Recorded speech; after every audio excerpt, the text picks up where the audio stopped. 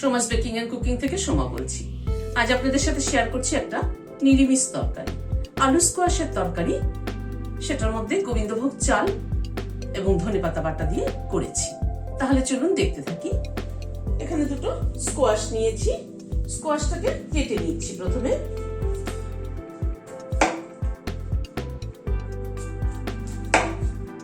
Squash দুটো কদিন হলো আনা হয়েছে, ফ্রিজে রয়েছে, তাই একটুখানি গাটা একটুখানি দাগ দাগ মতো হয়ে গেছে, কিন্তু ভেতরটা কিন্তু দেখুন একদম ভালো।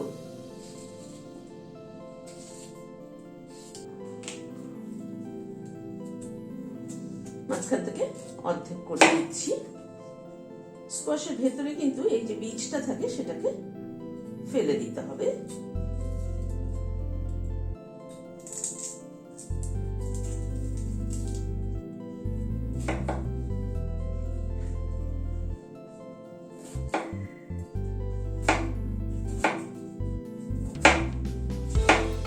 ডুবো ডুবো করে স্কোয়াশটাকে কেটে নিচ্ছি।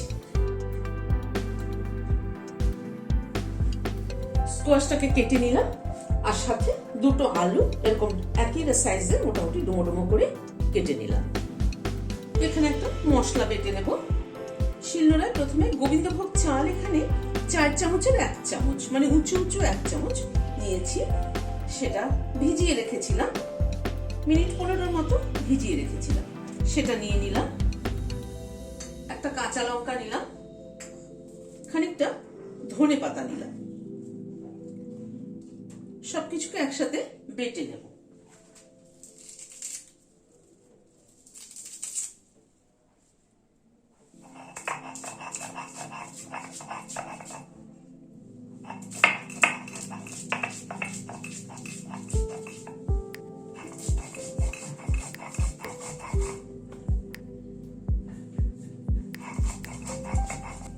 আমি শিলনোড়ায় বেটে নিচ্ছি, বাট আপনারা চাইলে এটাকে মিক্সিতেও পেস্ট করে নিতে পারেন।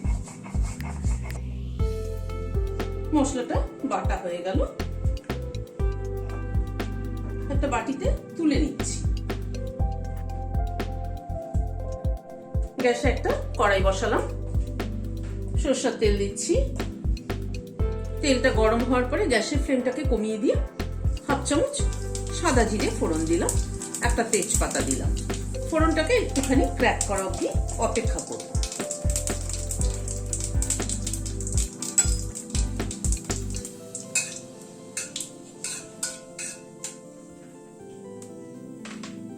একটা কাঁচা লঙ্কা মাথাটা চিড়ে দিয়ে দিলাম।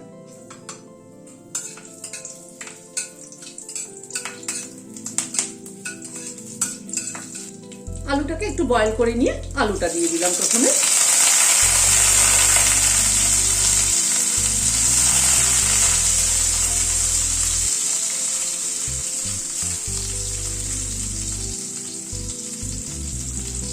আলুটাকে আগে একটু ভেজে নিচ্ছি।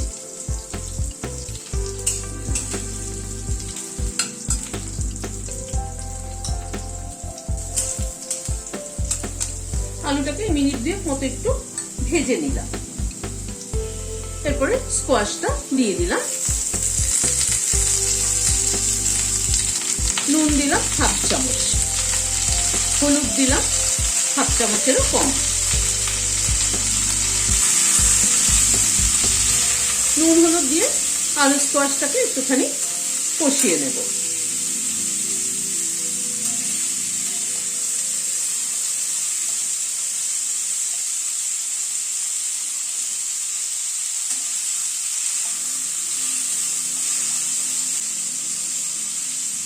গ্যাসের ফ্লেমটাকে মিডিয়ামে রেখে একটু ঢেকে দিচ্ছি। স্কোয়াশটাও একটুখানি কুক হয়ে যাক। 4-5 মিনিট মতো ঢাকা ছিল, ঢাকাটা খুললাম।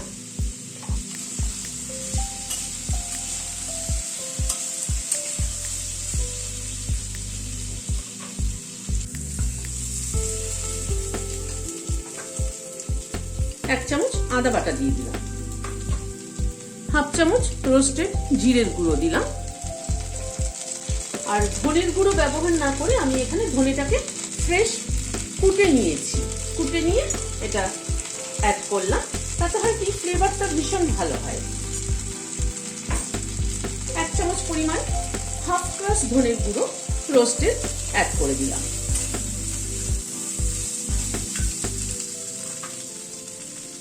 এখানে একটা বড় সাইজের টমেটো কেটে নিয়েছি, সেটা দিয়ে দিলাম।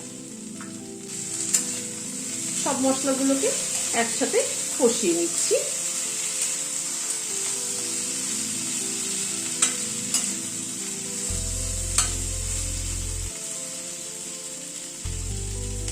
আবার একটুখানি সময়ের জন্য ঢেকে দিচ্ছি। মিনিট 2-3 মতো ঢাকা ছিল, ঢাকাটা খুললাম।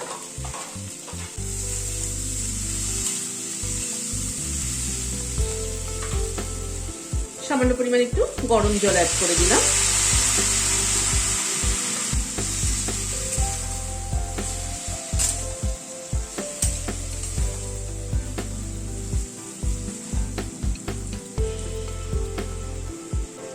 গরম জল অ্যাড করে আবার একটু মশলাটাকে কষিয়ে নেব, গ্যাসের ফ্লেমটাকে কম করে।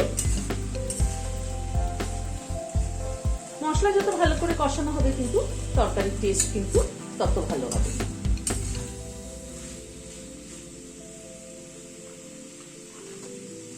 খুব সামান্য পরিমাণে একটু Kashmiri red chilli powder add করলাম কালারের জন্য।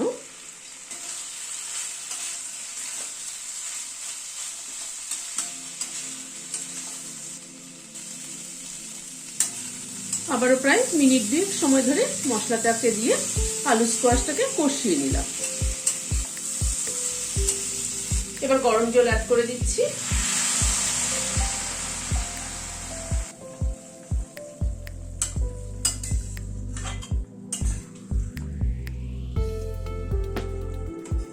আবার একটু ঢেকে দিচ্ছি। বারে বারে ঢেকে ঢেকে কিন্তু রান্না করলে কিন্তু রান্নার টেস্ট কিন্তু অনেক ভালো হয়। মিনিট 3-4 মতো ঢাকা ছিল, ঢাকাটা খুললাম। হাফ চামচ চিনি দিয়ে দিলাম, আর গোবিন্দভোগ চাল আর ধনেপাতা যেটা বেটে রেখেছিলাম সেটা দিয়ে দিলাম। এটাই কিন্তু ফ্লেভারটাকে দারুণ আনবে। মশলা তো আমি সেরকম কিছু ব্যবহার করিনি, খুব সামান্য যৎসামান্য মশলা ব্যবহার করেছি। এই চাল বাটাটা এবং ধনেপাতা বাটাটা যেমন ফ্লেভার আনবে তেমন কিন্তু ঝোলের থিকনেসটাও আনবে।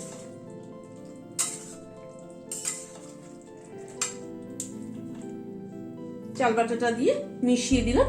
এবার গ্যাসের ফ্লেমটাকে বন্ধ করে দিচ্ছি, দিয়ে ঢেকে দিচ্ছি স্ট্যান্ডিং টাইম 5 মিনিট। এই যে চাল বাটা ধনেপাতা বাটার ফ্লেভারটা অ্যাড হওয়ার জন্য। রেসিপিটি কেমন লাগলো আমাকে কমেন্ট বক্সে জানাবেন। ভালো লাগলে একটা লাইক এবং সাবস্ক্রাইব করার অনুরোধ রইল। আজ তাহলে এখানে শেষ করছি। নমস্কার।